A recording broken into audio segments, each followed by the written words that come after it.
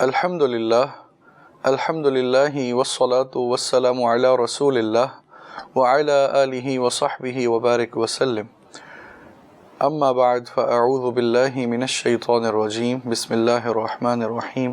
پیغام رمضان دیکھنے سننے والے ناظرین و سامعین، السلام علیکم ورحمۃ اللہ وبرکاتہ۔ ناظرین، رمضان کی مبارک ساعتیں اور جہنم سے آزادی کا عشرہ جو کہ رمضان کا آخری عشرہ ہے وہ جاری ہے۔ اللہ پاک مجھے آپ کو جہنم سے آزادی عطا فرما کے جنت الفردوس میں اپنے حبیب صلی اللہ علیہ وسلم کے قدموں میں داخلہ عطا فرمائے۔ جہنم سے آزادی کے لیے ناظرین جو first and foremost condition, prerequisite شرط ہے، وہ بندے کا ایمان والا ہونا، مسلمان ہونا ہے، اور اس کا اس دنیا سے مسلمان ہی جانا ہے۔ جو اس شرط کو پورا نہیں کرتا، بھلے بڑے بڑے وہ نیک اعمال کر رہا ہو، چیریٹی کر رہا ہو، یا کوئی بھی بڑی سی بڑی نیکی جو تصور کی جا سکتی ہے وہ کرنے والا ہو، لیکن ایمان سے اگر وہ محروم ہے تو اسے جہنم سے ناظرین چھٹکارا نہیں مل سکتا۔ جہنم سے چھٹکارا ایمان والوں کے لیے ہے۔ ایمان کی اگر بات کی جائے، ایمان کسے کہتے ہیں، تو مختصراً سمجھنے کے لیے وہ یہ کہ جو کچھ رسول اللہ صلی اللہ تعالی علیہ وسلم اللہ پاک کے بارگاہ سے لے کر آئے، جو احکامات، جو دین، جو شریعت، اس پر دل سے ایمان رکھنا، یعنی دل سے اسے قبول کرنا، اسے ایکسیپٹ کرنا، اور زبان سے اس کا اقرار کرنا۔ اقرار باللسان و تصدیق بالقلب، یعنی زبان سے اقرار اور دل سے اس کو انڈوس کرنا، اس کی تصدیق کرنا۔ آپ کو یاد ہوگا کہ بچپن میں ہم جب بچوں کو قرآن پاک سکھاتے ہیں، نماز سکھاتے ہیں، تو ساتھ میں انہیں کلمے بھی سکھاتے ہیں، ایمانیات بھی سکھائی جاتی ہیں، ایمان مفصل، ایمان مجمل۔ ناظرین، یہ کیا ہے؟ یہ اپنے ایمان کو بیان کرنا۔ آمنت باللہ و ملائکتہ و کتبہ و رسلہ، کہ میں ایمان لایا اللہ پر، اس کی کتابوں پر، اس کے رسولوں پر، اس کے فرشتوں پر۔ تو یہ صرف ایک زبان سے پڑھنا کافی نہیں ہے، بلکہ زبان کی ادائیگی کے ساتھ دلی طور پہ تصدیق کرنا بھی ایک مسلمان ہونے کے لیے ضروری ہے۔ اور بحیثیت مسلمان ہم ان سب چیزوں کو مانتے ہیں، قبول بھی کرتے ہیں، تصدیق بھی کرتے ہیں۔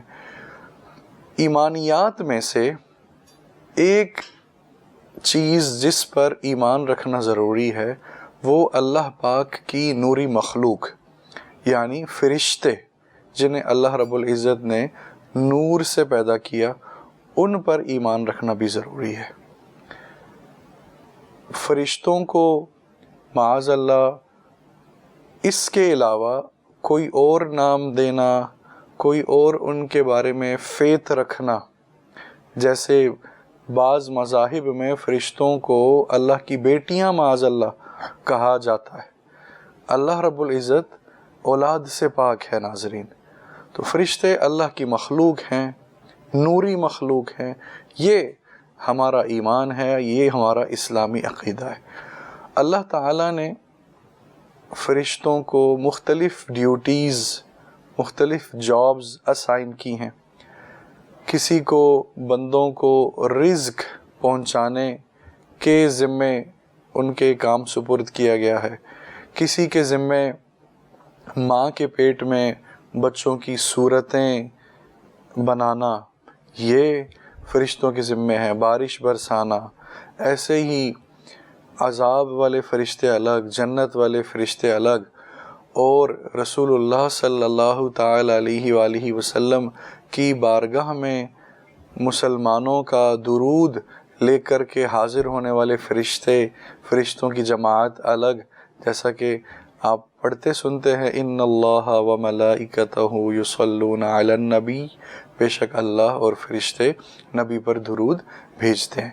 تو یوں فرشتوں کو اللہ تعالیٰ نے مختلف ذمہ داریاں، مختلف کام سونپے ہیں، اور ان کی شان اللہ رب العزت نے خود بیان کی، لا یعصون اللہ ما امرہم ویفعلون ما یؤمرون، کہ وہ نافرمانی نہیں کرتے جس بات کا انہیں، کہ وہ اللہ کی نافرمانی نہیں کرتے اور وہ وہی کرتے ہیں جس بات کا انہیں حکم دیا جاتا ہے۔ ناظرین، آج آپ کے سامنے میں ایک ایسی روایت بیان کرنے جا رہا ہوں جس میں فرشتوں کا ذکر ہے اور فرشتوں کی ایک ڈسکشن ہے جو ان کے مابین چل رہی ہے اور ایک عرصے سے چل رہی ہے، لیکن وہ اس کے نتیجے پر نہیں پہنچ پا رہے۔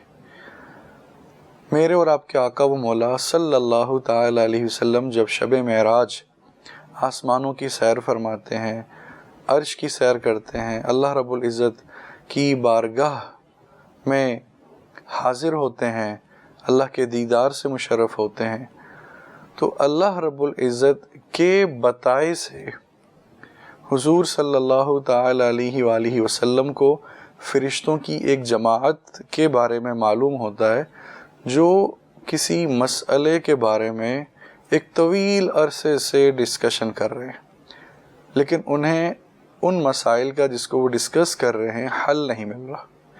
انٹرسٹنگ بات ناظرین یہ ہے کہ جو مسائل ان کے مابین ڈسکس ہو رہے ہیں، زیر بحث ہیں، ان کا تعلق ہمارے ساتھ ہے، حضور صلی اللہ علیہ وسلم کی امت کے ساتھ ہے، اللہ کے بندوں کے ساتھ ہے۔ یعنی angels are also interested in our matters، انہیں بھی ہمارے معاملات میں انٹرسٹ ہے۔ میں نے پچھلے دنوں ایک حدیث بیان کی تھی جس میں حضور صلی اللہ تعالی علیہ وسلم جب عرش سے آگے لامکاں کی طرف جانے لگے تو حضور نے حضرت جبرائیل علیہ السلام سے پوچھا کہ اے جبرائیل، کیا تمہاری بھی کوئی حاجت ہے جو اللہ پاک کی بارگاہ میں پیش کروں؟ تو انہوں نے عرض کیا، یا رسول اللہ صلی اللہ علیہ وسلم، میری اتنی سی عرض ہے کہ روز محشر جب آپ کی امت پل صراط پار کرنے لگے تو مجھے اللہ پاک کی طرف سے یہ اذن ہو، یہ اجازت ہو کہ میں اپنے پر آپ کی امت کے لیے پل صراط پر بچھا دوں تاکہ وہ سلامتی کے ساتھ گزر سکیں۔ سبحان اللہ۔ حضرت جبرائیل اللہ کی نوری مخلوق، فرشتوں کے سردار، لیکن انہیں فکر ہے تو کس کی؟ حضور کے غلاموں کی۔ کیوں؟ کیونکہ وہ حضور سے محبت کرتے ہیں۔ تو ناظرین، جس سے محبت ہوتی ہے نا، اس سے تعلق رکھنے والی، نسبت رکھنے والی ہر چیز عزیز ہوتی ہے، پیاری ہوتی ہے۔ خیر، تو عرض میں یہ کر رہا تھا کہ فرشتوں کو بھی ہمارے معاملات میں انٹرسٹ ہے۔ تو جب حضور صلی اللہ تعالی علیہ وآلہ وسلم کو معلوم ہوا کہ یہ فرشتے کسی معاملے میں بحث کر رہے ہیں اور انہیں ان کے مسئلے کا سلوشن نہیں مل رہا، تو اللہ رب العزت جل شانہ نے حضور کو علم عطا فرمایا، اور اللہ کے بتائے سے حضور نے جانا کہ یہ فرشتے کس معاملے میں ڈسکشن کر رہے ہیں۔ خود اللہ رب العزت کی اجازت سے اور حکم سے حضور صلی اللہ تعالی علیہ وآلہ وسلم فرشتوں کے پاس گئے اور ان سے ان کے مسائل معلوم کیے۔ اللہ رب العزت فرشتوں کو ایڈریس کرتے ہوئے ارشاد فرماتا ہے، اے میرے فرشتوں، وجدتم حلال المشکلات، تم نے مشکلات کو حل کرنے والی ہستی محمد مصطفیٰ صلی اللہ علیہ وسلم کو پا لیا ہے۔ یہ مقام، یہ عزت، یہ رفعت، یہ شان مصطفیٰ صلی اللہ علیہ وسلم کس نے دی؟ انہیں اللہ نے دی۔ اللہ چاہتا تو خود فرشتوں کو آگاہ فرما دیتا جو ان کا مسئلہ تھا جسے وہ ڈسکس کر رہے تھے، لیکن شان مصطفیٰ صلی اللہ علیہ وسلم دکھانی مقصود تھی، تو یوں اللہ حضور کے ذریعے سے فرشتوں کے مسائل حل فرما رہا ہے۔ ناظرین، اللہ رب العزت نے انبیاء کرام کو، اپنے بندوں کو نہ صرف ہدایت دینے کے لیے، انہیں دین کی روشنی دینے کے لیے، اللہ کی طرف بلانے کے لیے مبعوث فرمایا، بلکہ اس کے ساتھ ساتھ ان کی دینی اور دنیاوی مشکلات اور پریشانیاں دور کرنا بھی ان کے ذمے لگایا گیا۔ اور میرے اور آپ کے آقا صلی اللہ علیہ وسلم کی شان کیا ہے کہ آپ نہ صرف انسانوں کی مشکلات اللہ کی عطا سے دور فرمانے والے ہیں، بلکہ فرشتے، نوری مخلوق جس مسئلے میں الجھے ہیں اس کو بھی ہمارے آقا صلی اللہ علیہ وسلم سلجھا رہے ہیں۔ چنانچہ حضور صلی اللہ تعالی علیہ وآلہ وسلم نے ان سے ان کے مسائل معلوم کیے۔ سب سے پہلے جنہوں نے کوشچن کیا حضور صلی اللہ تعالی علیہ وآلہ وسلم سے، وہ حضرت اسرافیل علیہ السلام۔ یہ وہی فرشتے ہیں جنہیں جب قیامت قائم ہوگی تو اللہ کی طرف سے سور پھونکے جانے کا حکم ہوگا، اور آپ سور پھونکیں گے تو دنیا سب کچھ ختم ہو جائے گا، ایوری تھنگ ول پیرش، سب فنا ہو جائے گی۔ اور پھر جب اللہ کا حکم ہوگا تو اللہ تعالیٰ دوبارہ حضرت اسرافیل علیہ السلام کو پیدا فرما کے انہیں سور پھونکنے کا حکم دے گا، پھر دوبارہ سے سور پھونکیں گے تو پھر دوبارہ سے ہر چیز واپس بیک ٹو لائف، زندگی حاصل کر لے گی۔ خیر، حضرت اسرافیل علیہ السلام حضور صلی اللہ علیہ وسلم سے عرض کرتے ہیں، یا رسول اللہ صلی اللہ علیہ وسلم، مل کفارات، اے اللہ کے رسول صلی اللہ علیہ وسلم، گناہوں کو مٹانے والی چیزیں کیا ہیں؟ ناظرین، فرشتے تو گناہوں سے پاک ہیں، وہ تو گناہ کر ہی نہیں سکتے، معصوم ہیں، پھر وہ یہ بات کیوں پوچھ رہے ہیں میرے اور آپ کے لیے؟ حضور کے صدقے ہمیں اس بات کا علم ہو رہا ہے، رمضان مجھے اور آپ کو نیک بنانے کے لیے، تقوی دینے کے لیے آیا، تو نیک وہی بنے گا جس کے گناہ ختم ہوں گے۔ تو آئیے جانتے ہیں حضور کی زبانی کہ گناہ کو مٹانے والی چیزیں کون سی ہیں۔ حضور صلی اللہ علیہ وسلم نے جواباً ارشاد فرمایا، مشکل وقت میں کامل وضو کرنا، یعنی سخت سردی کا وقت ہے، ٹھنڈ لگ رہی ہے، ایسے وقت میں بستر چھوڑ کے اچھی طرح سے وضو کرنا، یہ گناہ کو مٹانے والا عمل ہے۔ دوسرا عمل حضور ارشاد فرماتے ہیں، نماز باجماعت کے لیے پیدل چل کر جانا، سبحان اللہ۔ تیسرا گناہ کو مٹانے والا عمل، فرمایا ایک نماز کے بعد دوسری نماز کا انتظار کرنا۔ یہ 3 عمل بندے کے گناہوں کو مٹانے والے۔ اس کے بعد حضرت میکائیل جو دوسرے فرشتے ہیں، آپ اپنا مسئلہ عرض کرتے ہیں، یا رسول اللہ صلی اللہ علیہ وسلم، وَمَا الدَّرَجَاتُ، اور درجات بلند کرنے والے اعمال کون سے ہیں؟ حضور ارشاد فرماتے ہیں، اطعام الطعام، کھانا کھلانا، وَإِفْشَاءُ السَّلَامِ، سلام عام کرنا، وَالصَّلَاةُ بِاللَّيْلِ وَالنَّاسِ نِيَامٌ، رات کو جب لوگ سو رہے ہوں اس وقت نماز پڑھنا۔ یہ 3 کام کرنے والے کے درجات بلند ہوتے ہیں۔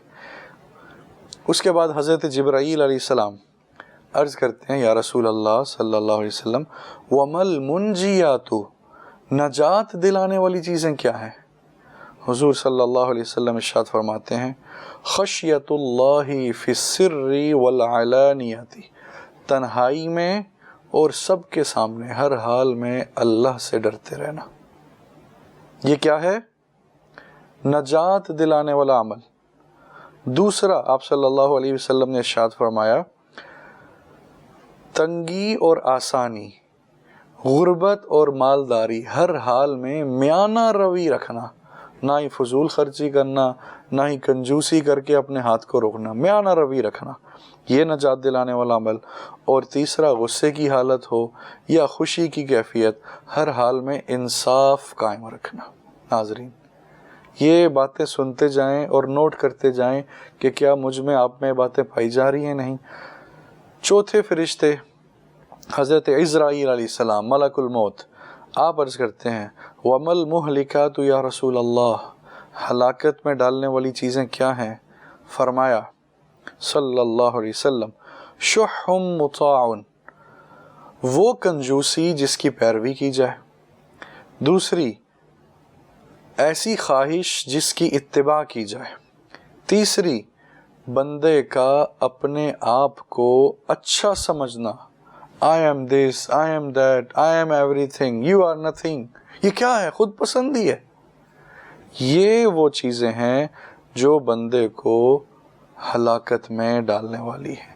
ناظرین، آئیے ماہ رمضان کی مبارک گھڑیاں، پیغام رمضان ٹرانسمیشن نشریات کے توسط سے ہم یہ پیغام لے کر آج جاتے ہیں کہ ہم خود کو ان تمام علائشوں سے، برائیوں سے جو بندے کو ہلاکت میں ڈالنے والی ہیں بچانے کی کوشش کریں گے، اور وہ اعمال اپنانے کی کوشش کریں گے جو درجات بلند کرنے والے اور ہمارے گناہوں کو مٹانے والے اور ہمیں اللہ کا قرب عطا فرمانے والے ہیں۔ وما علینا الا البلاغ المبین۔